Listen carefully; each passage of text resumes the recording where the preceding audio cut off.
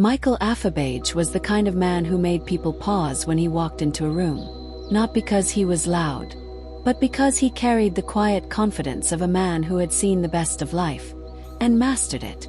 A gifted medical doctor with international accolades, a face carved like royalty, and a smile that could melt the coldest heart, Michael had everything others could only dream of: wealth, power, prestige, and a royal name that carried weight across generations. Born into the illustrious Affabage royal household, Michael's childhood was wrapped in silk and sunlight. Chauffeured to elite schools, mentored by world-renowned professors, he stood out, not just because of his brilliance, but because he never let the crown on his name get to his head. He was humble, too humble. The palace staff adored him. His patients called him a miracle worker. His younger sister, Dara, often joked that if he ran for president, the entire country would vote for him without reading his manifesto. And yet, no one ever saw him take off the smile. Not his parents, who worshipped the ground he walked on. Not his younger brother, Lonra, who copied everything from his cologne to his stride. Not even his best friend from medical school, Ao, who once asked in frustration, "Bro, don't you ever have a bad day?" Michael had chuckled that time, the same way he always did. Light, warm, unbothered. But every smile had its expiration date. And Michael's was hiding something deeper than anyone could imagine. A truth he carried like a shadow. A truth buried so deep, even he wished he could forget it. Because no matter how loved he was, how many lives he saved, or how many awards he collected, Michael felt broken. Not on the outside, but inside. Because beneath the designer suits, the clinical brilliance, and the perfect posture, was a man silently haunted by a health condition he never asked for. A condition that made him feel less than whole. And every morning when he stood before the mirror tying his tie, he'd whisper the same words under his breath. "Smile, Michael. They can't know." There were only 4 people in the world who knew the truth about Michael Affabage: his mother, his father, and his 2 siblings. Even in a world where secrets were currency, this one was guarded like a national treasure, locked behind palace walls, hidden beneath the silk of royal robes and the perfect public persona of their golden son. Michael had been born into splendor, yes, but from the very beginning something was different. Doctors gave it a name, a diagnosis, a set of options, all ending in medical jargon that never fully explained why the most perfect-looking boy in the kingdom had been born with a dysfunctional reproductive system. He had never experienced an erection. Not once. Not ever.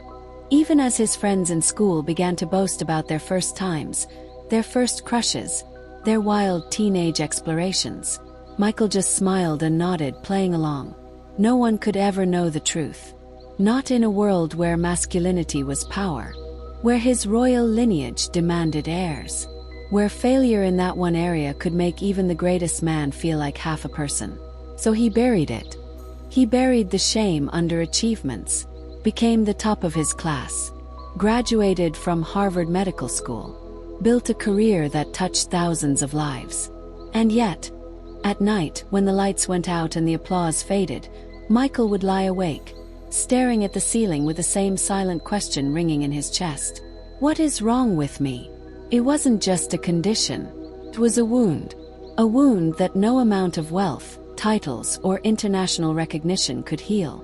He had tried everything. Every doctor, every procedure, every natural remedy is suggested in hushed tones by family elders.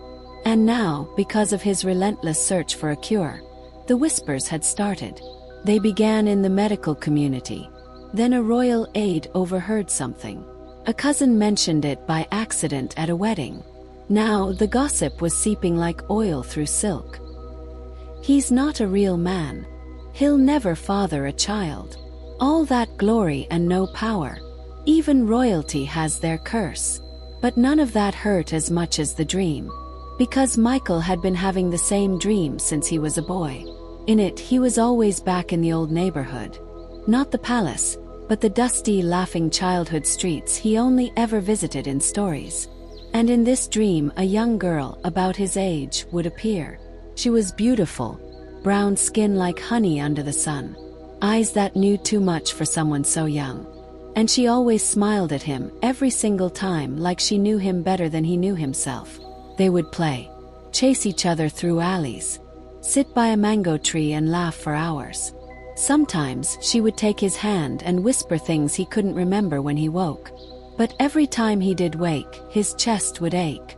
Not with desire, but with longing, with confusion, with the unbearable weight of a connection too real to be imaginary, and too mysterious to be explained. The dream never faded. She grew with him. As he became a man in life, she became a woman in dream. And now, at 32, Michael had stopped telling anyone about it.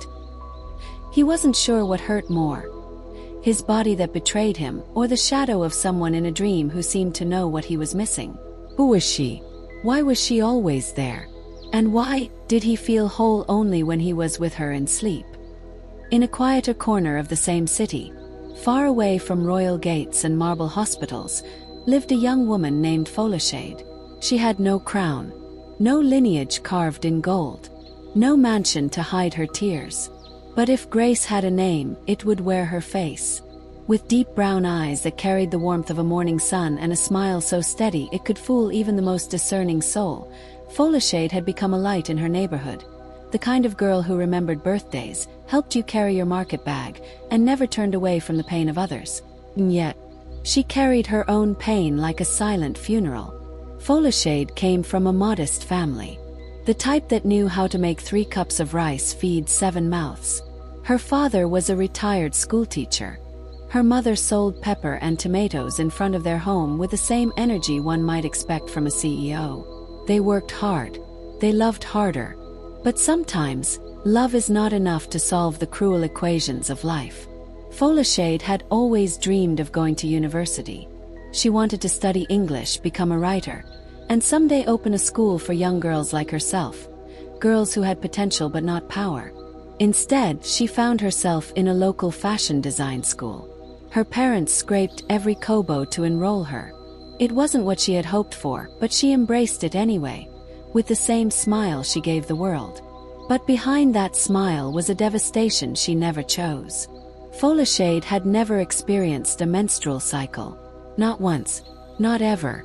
As other girls in school whispered about cramps, pads, and the discomfort of that time of the month, Folashade sat in silence, pretending to understand.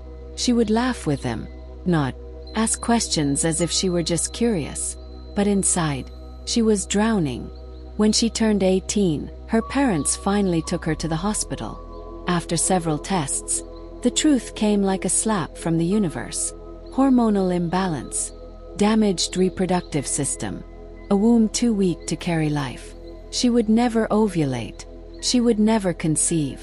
The words felt like a curse, even though the doctors delivered them like clinical facts. Her mother held her hand tightly that day. Her father turned away to cry, the first time Folashade ever saw him weep. They promised to protect her, to love her even more, to keep this truth within their home. And they did for a while, until her mother, overwhelmed with silent grief, confided in an old friend, a neighbor woman who had known them for years. She only meant to find comfort, a shoulder. But sometimes the people we trust become the very messengers of our undoing. Within days, whispers started dancing from compound to compound. She doesn't menstruate. Ah, you mean she can't have children?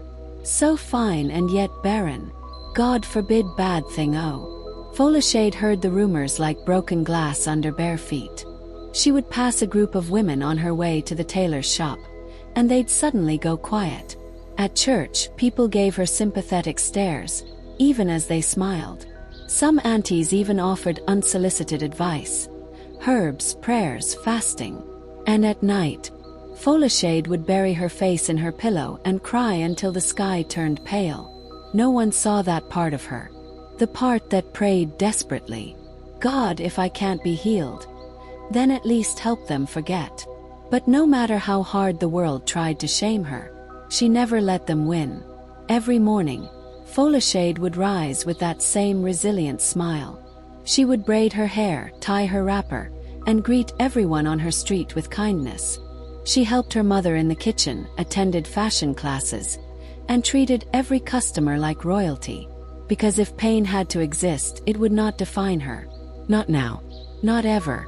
The whispers were no longer whispers. By now, they had become a slow-moving wildfire, quiet enough not to spark public disgrace, yet loud enough to echo in the hearts of those who loved Michael. And one of them was Uncle Kenny, his father's elder brother, a retired judge, a man known for speaking little, but meaning much. One cloudy afternoon, Uncle Kenny asked Michael to take a walk with him through the family garden. The air smelled of wet hibiscus and heavy silence. "Michael," he said without turning, "I heard things. About you. About the palace. About the shame people are trying to use to scar your name." Michael said nothing. His throat tightened. Uncle Kenny stopped walking and looked at him.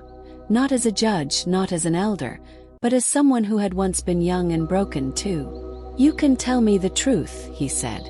And for the first time outside his immediate family, Michael did. He spoke, not just of the diagnosis but of the dream. The girl. The one who had followed him since childhood in visions.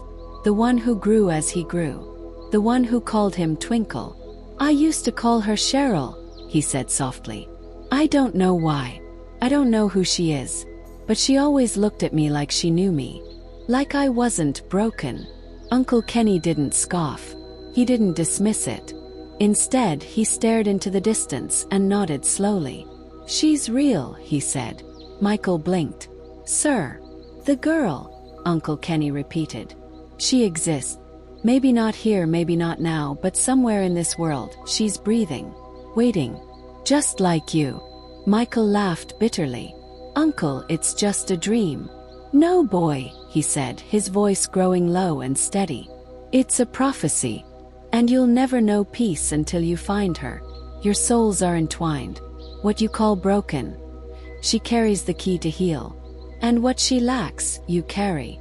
Nobody can say much about it because it is a mystery, but yet it happens not every time but once in a blue moon." Michael fell silent. He wanted to believe it. He wanted to believe in anything that explained the ache.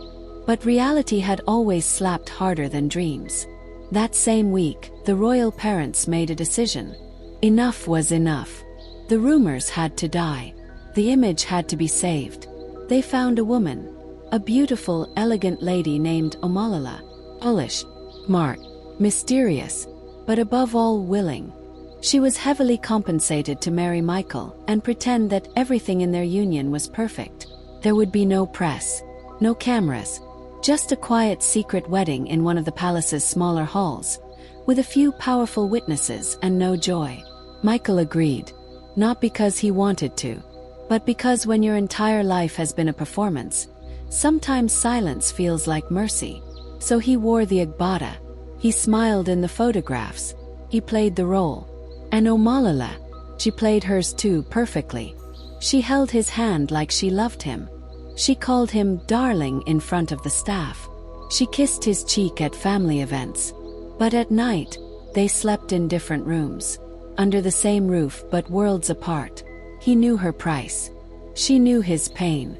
And neither spoke of the truth, only of duty. But in his dreams, Cheryl still came, still laughing, still holding his hand, still calling him Twinkle, as if to whisper, "You don't belong in that lie." For the first time in a long time, Folashade felt something she hadn't dared to believe in: hope. His name was Caleb, a handsome, calm-spoken young man who came into her life like the first rainfall after a long drought. He listened when she spoke. He laughed at her little jokes. And more importantly, when she told him her deepest secret, the pain she carried silently for years, he didn't flinch. "I'm not going anywhere," he had said, holding her hand tightly. "We'll seek help. There must be a way out. Science is advancing every day." That moment sparked joy in the heart of Folashade and her parents. For once, the weight didn't feel so heavy. Her father had smiled. Her mother even hummed a tune in the kitchen. It was a season of lightness, of new beginnings. Weeks later, Caleb took her to meet his family. She dressed simply but beautifully. Her hands trembled slightly as she held the gift basket her mother helped her pack. Caleb's father had been kind, asking her polite questions. But then came the moment that shattered everything. His mother walked into the living room with a piercing look in her eyes. She looked Folashade up and down and asked, "Aren't you the daughter of that woman who sells pepper down the road?"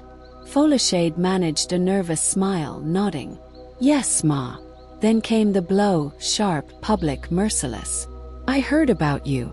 You don't menstruate. You want to marry my son. To do what? Decorate his house. How do you plan to give him children?"